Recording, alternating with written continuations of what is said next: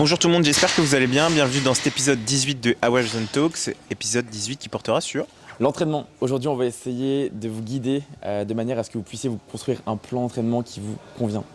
à la même manière que nous avons fait un podcast sur comment faire une diète. Ouais. On vous donne des étapes ici pour au mieux vous diriger vers votre objectif sans totalement recopier ce que nous on peut faire. Quelle serait la première étape pour toi de manière à ce que tu puisses créer ton plan d'entraînement? C'est à la même manière que du coup ce qu'on a fait pour la diète. La première étape déjà c'est de savoir où est-ce que tu veux aller, Ouais. donc définir un objectif cohérent.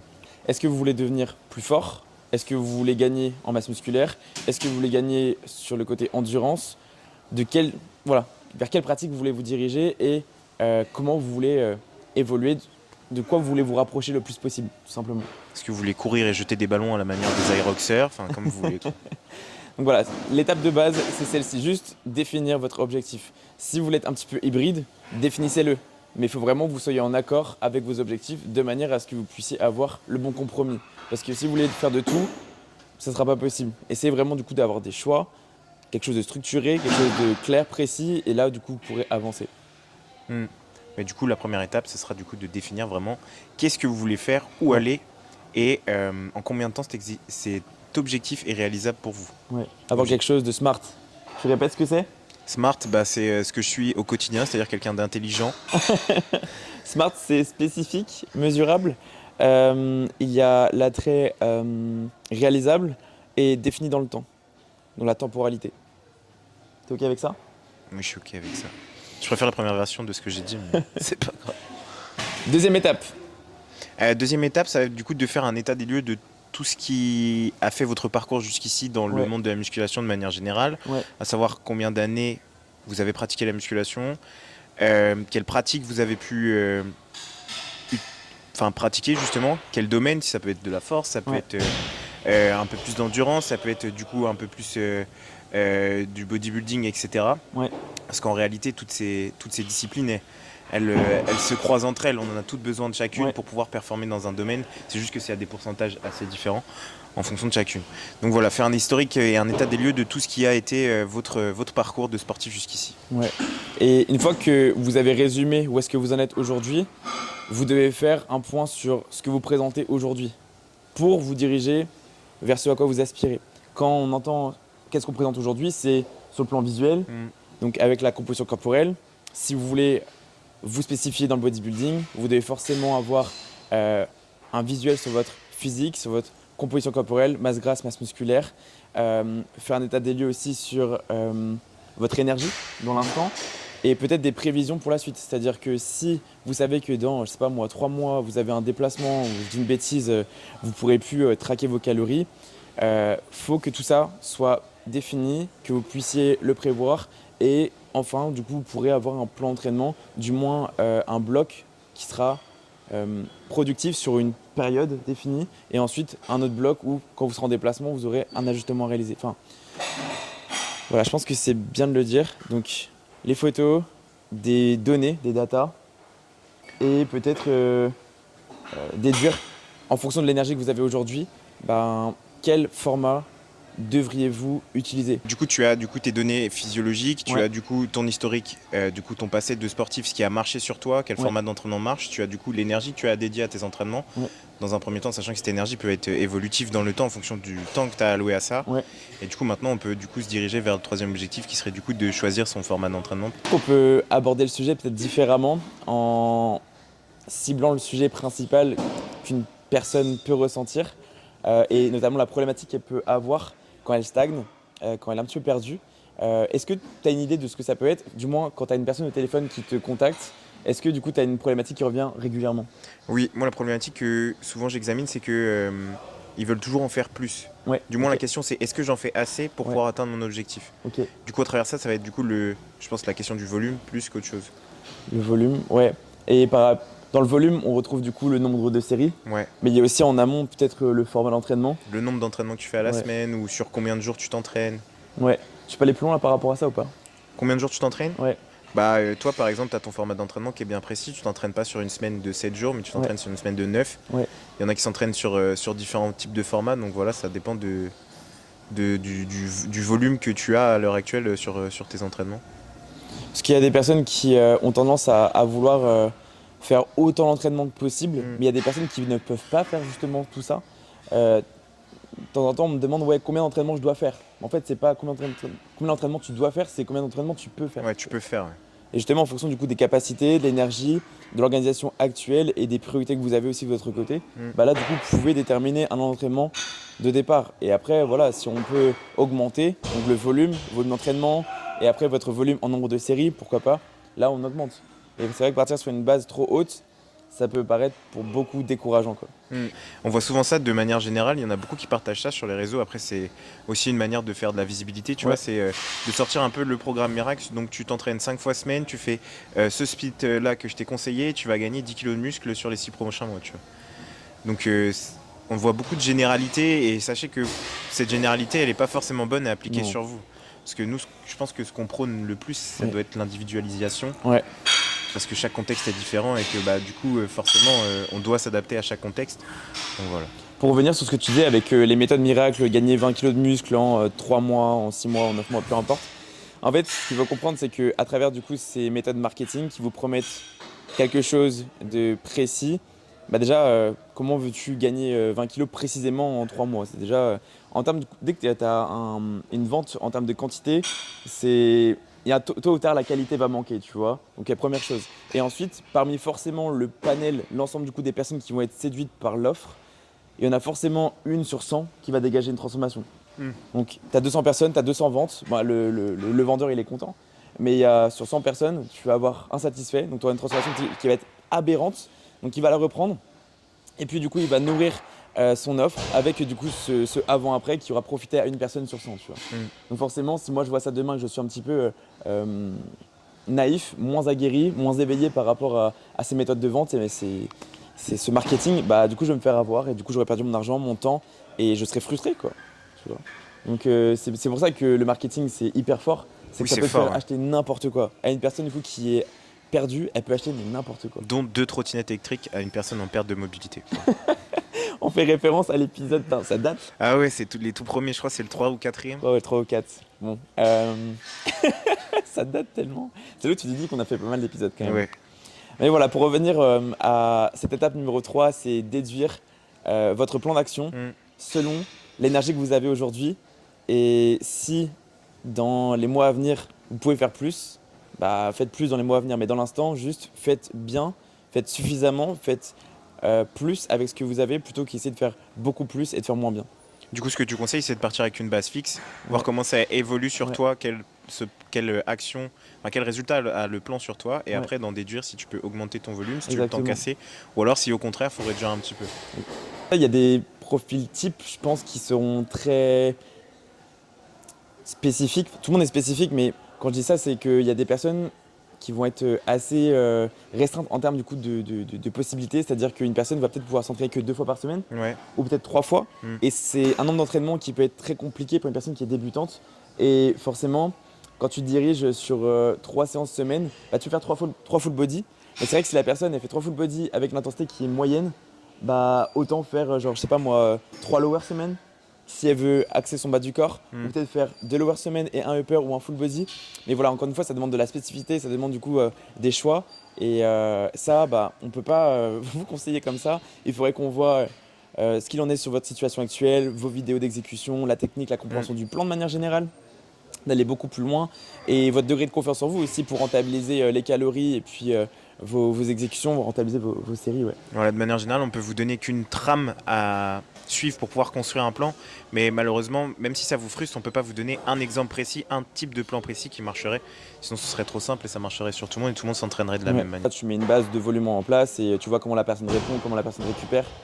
Et ça fait directement écho avec le point numéro 4, je pense, qui est l'adaptation. L'adaptation par rapport à quoi alors? Aux réactions. Aux réactions, à comment est-ce que tu te sens dans ton plan? Exactement. Quel effet ça a sur toi physiquement? Peut-être. Comment est-ce qu'il a aussi peut-être un effet sur toi, sur tes pathologies aussi? Peut-être que tu pars avec des douleurs ou certaines pathologies qui ont pu t'affecter avant. Peut-être que ça a pu les soigner aussi, peut-être aussi. Ou alors tout simplement que ça a pu les aggraver si tu as des douleurs au genou. Bah, si tu vois que tu as une douleur au genou, n'insiste pas trop longtemps dessus. Après, il y a des fortes têtes. C'est vrai. Ou à l'inverse, si imaginons tu as des recrutements en quad et que tu n'arrives pas du coup à les recruter dans tes séances et que tu n'arrives pas donc, à bien les ressentir et à être vraiment satisfait de ce que tu proposes à l'instant, bah, c'est que ton exécution n'est pas bonne et là si tu as une forte tête, ben, ça ne te réussira pas quoi. Ouais. Mais on parle du coup d'ajustement, donc d'ajustement sur les sensations, sur le plan physiologique et psychologique, tu vois. Tu as des retours, tu as des sensations, tu testes un plan, tu vois ce que ça donne. Est-ce que tu as besoin de faire plus? Est-ce que tu as besoin de faire moins? Donc ça, c'est quelque chose du coup qui peut facilement se décider suite aux données que tu peux avoir. Ouais. Donc on a les photos. Il y a de quoi d'autre? Il y a du coup si tu suis tes performances à la salle, Ouais, donc ton outil de tracking. Ouais. Ensuite, on peut avoir les mensurations. Les aussi. mensurations, ouais. Et j'aurais dit tout l'aspect feedback, les sensations que tu vas peut-être noter par semaine. Imaginons semaine numéro 1, tout s'est très bien passé, tu as coché toutes les cases, les sensations sont bonnes, parfait. Semaine numéro 2, c'est bien sur 3-4 points, mais peut-être qu'il y a peut-être 2 points qui sont à revoir. Et peut-être les 2 points à revoir vont durer dans le temps. Et s'il y a besoin du coup d'ajustement, parce que du coup il y a 2 points qui sont des points de friction, change, tu vois, adapte. Moi j'aurais peut-être un 5e point qui est assez subjectif Ouais. mais qui a quand même son importance, Ouais. c'est d'avoir un avis extérieur. Aussi, ouais, ok. D'avoir un avis extérieur, soit d'une personne qui peut s'entraîner avec toi, qui te côtoie au quotidien, qui du coup peut remarquer les changements. Et qui te connaît bien. Ou alors juste quelqu'un que tu connais peut-être un peu moins bien et à qui tu demandes un avis et qui aura du coup une version de toi et une deuxième version et qui pourra juger entre les deux. Ok. Ou alors un coach. Coucou. Je faisais cette référence. Je faisais cette référence à ça quand je parlais de la deuxième option. Mais ouais, parce que bon, la limite de soi à soi, c'est du coup de perdre en objectivité, ouais, d'être soit trop dur, soit se voir un peu trop beau. Ouais. Parce que je pense que tu as l'occasion d'accompagner aujourd'hui des personnes qui se débrouillent, qui ont les bases, qui se connaissent, et malgré ça, elles ne seraient pas capables de elles à elles-mêmes de créer leur propre plan, ou peut-être que si, mais elles ne seraient pas capables de le tenir sur le long terme, parce qu'il n'y aurait personne du coup pour leur dire que le plan est bon, que le plan n'a pas besoin d'être ajusté, qu'il faut faire confiance au processus, qu'il y a besoin de temps, ou alors qu'il y a besoin de faire des changements dans un timing donné, selon du coup les sensations, selon les tendances de physique, selon donc, la composition corporelle, selon donc, l'état de fatigue de manière générale. Donc voilà, dites-vous que c'est un métier, hein, c'est pas pour rien. Ça peut solliciter pas mal de sourires, pas mal du coup de caractère moqueur peut-être un moqueur, peu. Arrogant un petit peu, mais dites-vous que ce métier de coach, c'est pas rien et c'est un métier passion. Et si vous manquez du coup de feelings, tôt ou tard, donc vous laisserez place à l'imprécision et à la frustration. Ouais. Moi, j'ai eu le cas du coup de ce qu'on parlait juste avant. J'avais une personne du coup où je lui ai présenté un peu ma manière de travailler, etc. Ouais.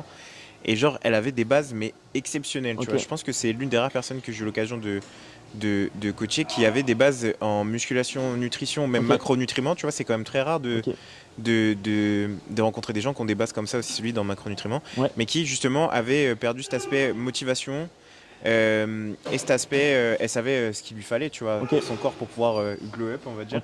Mais elle avait perdu du coup cet aspect motivation. Elle était un peu perdue par du coup tout le flot d'informations qu'elle peut avoir. C'est souvent ça, ouais. Et du coup, elle a fait appel à moi pour ça, tu vois, pour trouver du coup servir d'entonnoir à ses connaissances pour pouvoir justement adapter son plan et trouver aujourd'hui un équilibre. Donc si vous vous identifiez là-dedans, que ce soit du coup dans le cas précis de Valentin avec sa cliente, ou alors de manière générale avec cette notion d'imprécision, la frustration qui commence à arriver, ne tardez pas. Parce qu'à partir du moment où vous ressentez ça, c'est qu'il se passe réellement quelque chose. Et si on met un petit peu ça sous le tapis, on dirait ouais ça passera plus tard, on va trouver les solutions, etc. Tôt ou tard, de toute façon, vous allez commencer à vous désintéresser vis-à-vis du plan, vous allez commencer à changer de façon de faire. L'approche sera imprécise et l'imprécision, vous savez vers où ça vous mène, vers la stagnation. Donc à partir du moment où vous ressentez ça, faites attention parce que c'est un red flag.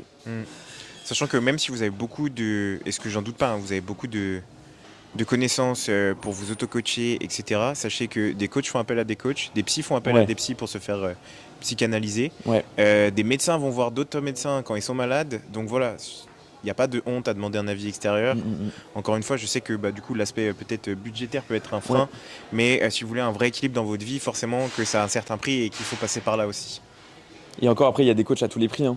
Oui, c'est sûr. Donc si vous vous intéressez ça demande quand même un investissement à la base plus que de s'auto-coacher. Tu vois. Exactement.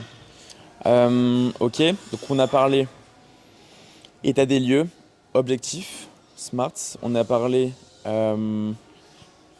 de l'adaptation, notamment du coup l'aspect volume, l'énergie, votre plan, la conception du plan. On n'a peut-être pas abordé l'aspect sélection d'exercices. On pourrait l'aborder, la sélection d'exercices. On en a brièvement parlé dans un des podcasts. Ouais. Mais du coup, si on peut relater un peu ce que l'on avait dit. D'abord, je pense que dans un premier lieu, il y a du coup faire référence à l'analyse morpho-anatomique que tu peux avoir. Donc une sélection d'exercices qui correspond à ton anatomie et à ce que tu veux développer aussi. Si tu as peu de temps pour t'entraîner, prioriser les zones que tu veux travailler en premier. Et la deuxième chose, je pense que c'est du coup intégrer des exercices qui du coup te plaisent toi, qui te permettent de te challenger et qui te permettent d'avoir une adhérence à ton plan. Avoir un juste équilibre aussi entre les exercices que vous n'aimez pas faire et qui sont pourtant productifs, qui sont importants pour vous. Bénéfiques, ouais. Qui sont bénéfiques, les accepter et aussi trouver le juste milieu avec des exercices que vous aimez faire. Voilà. Moi, je déteste le ring buste penché à la base. J'ai pas le choix d'en faire, donc j'ai pris goût à le faire, j'ai pris le goût à l'accepter et aujourd'hui j'en tire des bénéfices aujourd'hui qui sont juste hyper intéressants, alors qu'un exercice de chest support row ne les aurait pas apportés. Donc c'est là aussi qu'il faut être en accord avec l'attrait implication investissement vis-à-vis du coup de tous les exercices. Et si vraiment t'es pas à fond sur tous les exercices, te plains pas du coup d'avoir derrière des résultats qui ne sont pas à la hauteur de tes attentes, quoi. Ça, on peut le remarquer souvent, notamment chez les hommes. Les hommes ont aussi beaucoup la flemme. La flemme, hein. C'est une généralité de faire les jambes, tu vois, par exemple. Ok. J'en connais un certain nombre, qui ont du coup cette flemme-là. Ils vont à la salle, ils font la séance jambes quand même, mais ils mettent pas autant d'implication, autant d'énergie que lorsqu'ils vont faire une séance pec ou une séance dos, par exemple. Et du coup, ça se ressent directement après, ça se voit directement du coup, que leur taux d'implication n'est pas la même pour toutes les parties qu'ils travaillent. Alors que je pense que la séance qui t'apprend énormément sur toi et toi seul, c'est la séance jambes. Ouais, d'un point de vue caractère, sur tes limites à retrancher, mais aussi d'un point de vue physiologique, quoi. Ouais, la douleur. Ouais, après ça c'est plus des suivis de lifestyle, on est d'accord. Les suivis compétition, avant je dirais que les men's physiques avaient peut-être tendance à laisser un peu de côté les jambes, mais maintenant ils ont plus trop le choix parce que les jambes rentrent aussi dans le critère, il faut remplir le short. Mais après les jambes ça fait partie intégrante du physique, donc si tu veux faire de la compétition t'as pas le choix, hein. Donc que tu le veuilles ou non, t'as intérêt de faire le boulot et c'est comme ça. De toute façon t'as des comptes à rendre à ton coach, normalement du coup quand tu fais la compétition t'es coaché. Tu as des comptes à rendre à ton coach, tu as des comptes à rendre du coup à ton logbook, à tes trackers, de toi-même aussi, parce que ça reste un investissement. Donc si tu jettes un peu ton argent par la fenêtre et ton temps par la fenêtre, c'est dommage, alors que du coup tu as une deadline. Donc à toi de te bouger tout simplement. Faut être en accord avec ses objectifs. Et après, il y aura du coup une partie complémentaire à l'adaptation, qui sera peut-être l'analyse des résultats. Ouais, déjà, comment est-ce qu'on peut analyser ces résultats ? Dis-moi. Non, toi, dis-moi. Non, toi d'abord. Non, je rigole. Quand on peut analyser les résultats, d'abord, c'est pour moi le look avant tout. Donc le visuel ? Ouais, en body, ce qui compte, c'est pas le poids, c'est avant tout du coup la manière avec laquelle du coup, tu présentes ton physique. On peut parler aussi brièvement du posing, la présentation, mais au-delà de ça, c'est juste ta composition corporelle. Comment du coup tu as évolué, comment ton galbe a évolué, est-ce que du coup il est plus dense, est-ce qu'il est plus dur, ou est-ce qu'il est toujours aussi soft, aussi flat, aussi plat.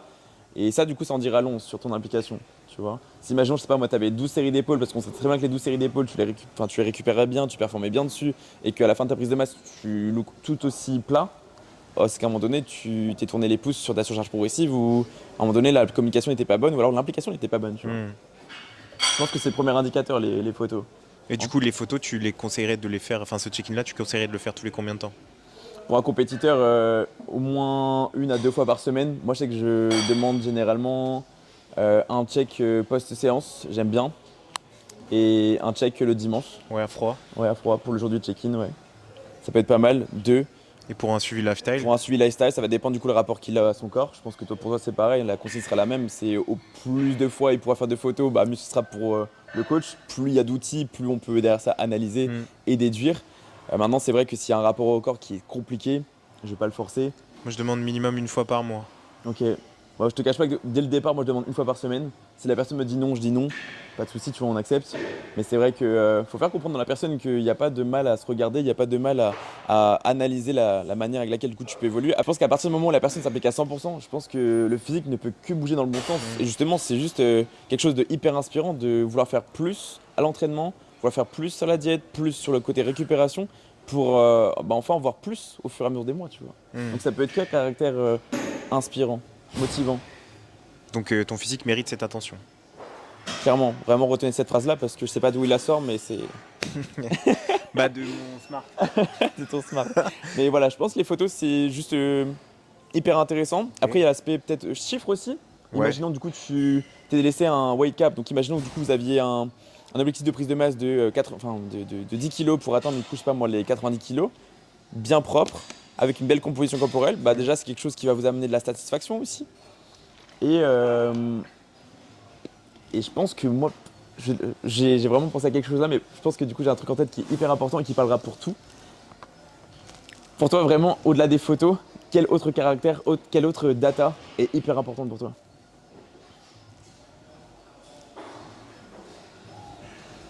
C'est physiologique? Non. Oui, enfin, on peut parler de la physiologie avec l'aspect hormonal et l'équilibre hormonal et les cycles des femmes, c'est hyper important et ça, du coup, on ne laissera pas de côté.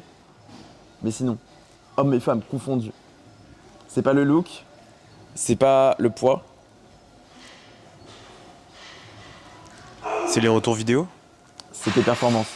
Oui, les retours vidéo. Retours vidéo qui sont liés de près ou de loin à ces exécutions de toute façon. Mais je pense qu'à partir du moment où, je sais pas moi, je commence ma prise de masse à 150 au deadlift et je me dis que j'atteins 190, 200, je sais que physiquement ça a bougé, tu vois. Je sais qu'il se passe quelque chose. Alors que si tu commences ta prise de masse, je sais pas moi, au weak thrust, t'es à 160 et que tu l'as fini à 170, à part si les 160 étaient très difficiles dès le départ, si tu finis à 170, c'est qu'il y a un gros souci. Non, dans ta surcharge progressive, tu es censé avoir une belle up de charge, un bon up de charge sur ton exercice. Donc tu fais ta sèche, tu es là, tu charbonnes, tu essaies de retourner tes performances, tu démarres ta sèche à 160 au hip thrust, tu réussis à finir ta sèche à 155, 150, 145 au plus bas. C'est juste une belle sèche, tu vois. Et encore, il y en a qui arrivent à retenir la totalité de la charge. Oui, parce que du coup, ils ont cette capacité à se connaître, à déduire sur l'instant. Ils font peut-être l'effort sur le côté ego, c'est à se dire bon, je vais chercher cette performance, je donne tout pour y arriver. Ils l'ont, et peut-être que le back-off, ils réussiront à se gérer, à se modérer et à être réaliste. Tu vois, j'ai pas cette répétition-là, chill. Ok, j'ai fait le boulot sur mon top 7, le second back-off, hop, je match, c'est très bien, j'ai fait le boulot, tu vois. Et après, il faut se dire aussi qu'on n'est pas tous égalitaires en termes de nerveux. Il y en a qui ont des influx nerveux bien plus rapides que d'autres. Donc voilà, il faut faire aussi abstraction de ce côté-là. Donc voilà, je pense que la dernière étape, c'est les résultats. On en parle. C'est comment vous avez évolué sur telle timeline, sur quelle durée, et qu'est-ce que vous pouvez prétendre maintenant que vous êtes à un niveau, à un palier de progression. Est-ce que du coup, vous devez ajuster votre plan? Est-ce que vous laissez le plan inchangé? Et voilà, adapter tout simplement de nouveau. Est-ce que tu as autre chose à rajouter? Je pense qu'on a fait le tour du sujet. Ok, je pense que l'épisode touche à sa fin. On a globalement tout récapitulé. Je pense qu'il y a peut-être un dernier aspect qu'on pourrait évoquer, qui fera peut-être l'ouverture avec un nouvel épisode. Ça sera? Tu veux que c'est moi qui le dise? Vas-y. C'est l'autorégulation. Voilà, juste savoir se gérer par rapport à des contextes précis, comment vous devez adapter sur l'instant, sur une séance, sur votre journée diététique, est-ce qu'il y a besoin du coup de modifier quoi que ce soit. Et je pense que ça fera office d'un nouvel épisode. Posez-nous des questions par rapport à l'autorégulation et puis on en fera un épisode, un sujet entier en tout cas. Ça mérite discussion. Ouais. Mais retenez que je suis smart. On vous laisse là-dessus. C'était Valéval. Si vous avez des questions, n'hésitez pas du coup à nous les poser. Pareil, pensez du coup à noter le podcast, ça nous ferait énormément plaisir. Pensez du coup à nous partager si vraiment les épisodes vous plaisent. Et en attendant, on se dit à la semaine prochaine. À la semaine prochaine. Ciao.